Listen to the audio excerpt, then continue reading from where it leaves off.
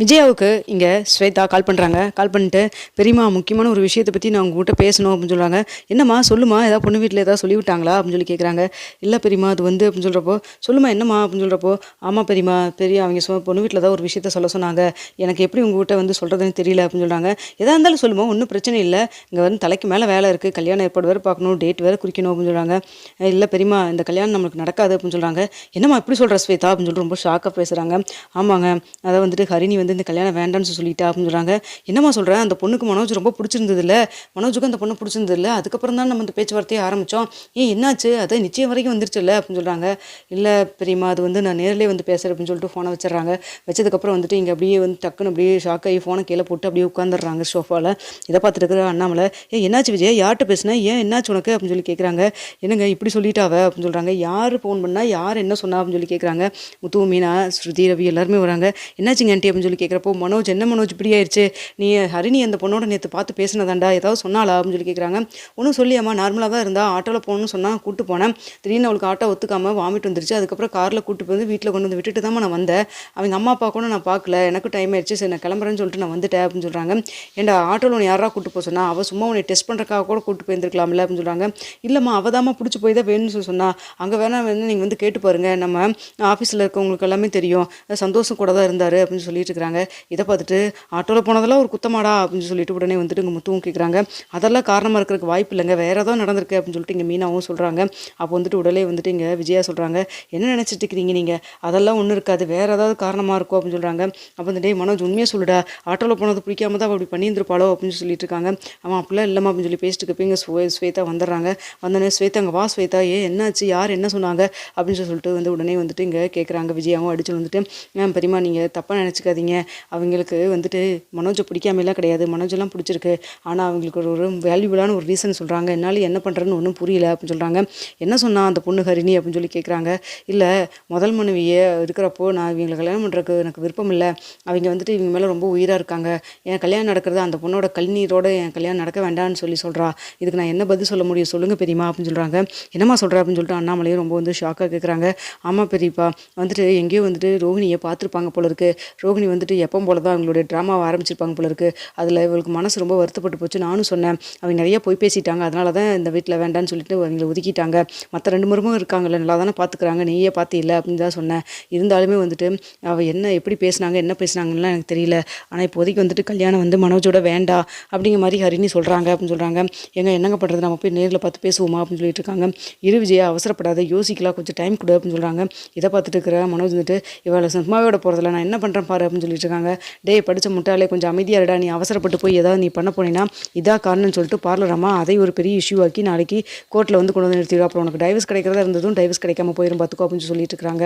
இதை பார்த்துட்டு இருக்கிற உடனே வந்துட்டு, முத்து அண்ணா உங்களுக்கு தெரியுமா தெரியாதான்னு எனக்கு தெரியல, டைவர்ஸும் கூட கிடைக்காதாமா, 6 மாதம் வந்து தள்ளி வச்சிருக்காங்களாமா, இப்படி இருக்கிறப்ப வந்துட்டு கல்யாணம் ஏற்பாடெல்லாம் நடந்துட்டு இருக்குது, கல்யாணம் நடந்துச்சு நாளைக்கு எல்லாரும் தான் ஜெயிலுக்கு போகிற மாதிரி இருக்கும், உங்களும் சேர்த்து தான் அப்படின்னு சொல்லியிருக்காங்க அவங்க அப்படின்னு சொல்கிறாங்க.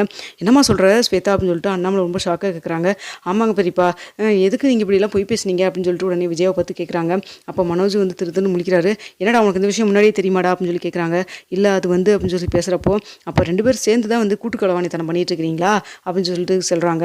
இல்லை அது வந்து அப்படின்னு சொல்லி பேசுகிறப்போ அப்போ வந்துட்டு உடனே முத்து இருந்துட்டு, டேய் இங்கே பாரு, எதா இருந்தாலும் உண்மையை சொல்லியிருக்கணும்டா, ஏதோ பாலரமா பார்த்தது நல்லதாக போச்சுன்னு தானே, இந்த பொண்ணு போச்சுன்னா இன்னொரு பொண்ணு, அதே வந்துட்டு நீங்கள் இப்படி கேஸ் வந்து கோர்ட்டில் இருக்கிறப்ப நீங்கள் வந்துட்டு கல்யாணம் ஏற்பாடெல்லாம் பண்ணி கல்யாணம் பண்ணியிருந்தா கடைசியில் வந்துட்டு எல்லாரும் போய் கூண்டோட போய் கேஸில் உட்காந்துருக்கணும், கம்பி நீட்டு தானே இருந்துருக்கணும், இது கூடவா தெரியாதாடா அப்படின்னு சொல்லிட்டு இருக்கிறாங்க. அப்போ வந்துட்டு சொல்கிறாங்க, எதுக்கு இப்படி எல்லாம் பண்ணுறீங்க, நான் உங்களை நம்பி தானே அவங்கள வெளிநாட்டிலேருந்து இங்கே வரவெல்லாம் சொன்னேன் அப்படின்னு சொல்லிட்டு ஸ்வேதா ஒரு பக்கம் மனசு சங்கடப்பட்டு பேசுகிறாங்க.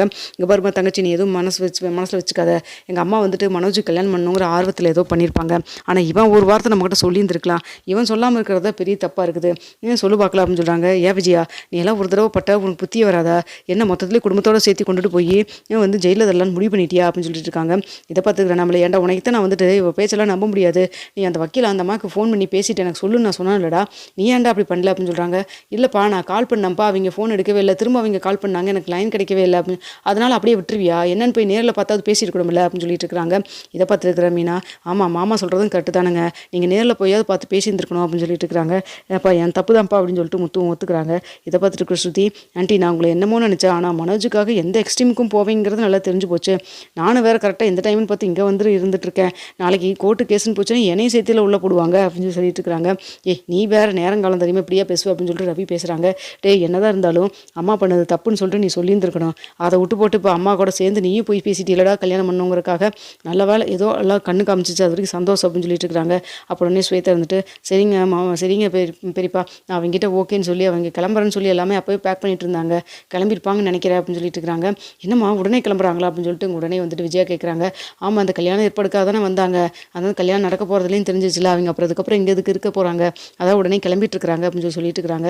இதை பார்த்துட்டு இருக்கிற அண்ணாமலை வந்துட்டு நான் வந்து அவங்கள பார்த்து பேசணும், முத்து கார் எடு போகலாம் அப்படின்னு சொல்லிட்டு கிளம்பி போகிறாங்க. என் விஜயா என்ன சொல்கிறாங்க, நானும் வரேன் அப்படின்னு சொல்லிட்டு. எதுக்கு அங்கே வந்து பிரச்சனையை பெருசு பண்ணுறக்கா, அவங்க ஏற்கனவே கடுப்பில் கோவத்தில் இருப்பாங்க, நீ கொஞ்சம் அமைதியாக இருப்பீங்க. ஏங்க நாம் என்னங்க பண்ணோம் அப்படின்னு சொல்கிறாங்க. ஆமாம் ஸ்வேதா நீ சொல்லிட்டியாங்க இப்படியா 6 மாதம் டைம் இருக்குதுன்னு சொல்லிட்டியா. இல்லைங்க பெரியப்பா அதெல்லாம் நான் எதுவும் சொல்லலை அப்படின்னு சொல்கிறாங்க. அப்போ அது வரைக்கும் சந்தோஷம்ப்பா, எதுவும் சொல்லிங்கனால அவங்க எதுவும் நம்மளை எல்லாம் தப்பாக நினச்சிக்க மாட்டாங்க, இருந்தாலும் பரவாயில்ல நம்ம போய் பேசிட்டு வருவோம் அப்படின்னு சொல்லிட்டு உடனே இங்கே வந்துட்டு கிளம்பியும் போகிறாங்க. அங்கே போனதுக்கப்புறம் மறுபடி வந்துட்டு முத்து சொல்கிறாங்க, சார் இப்போ தான் ஸ்வேதா வந்து சொன்னாங்க எல்லா விஷயத்தையும் அப்படின்னு சொல்லிட்டு இருக்கிறாங்க.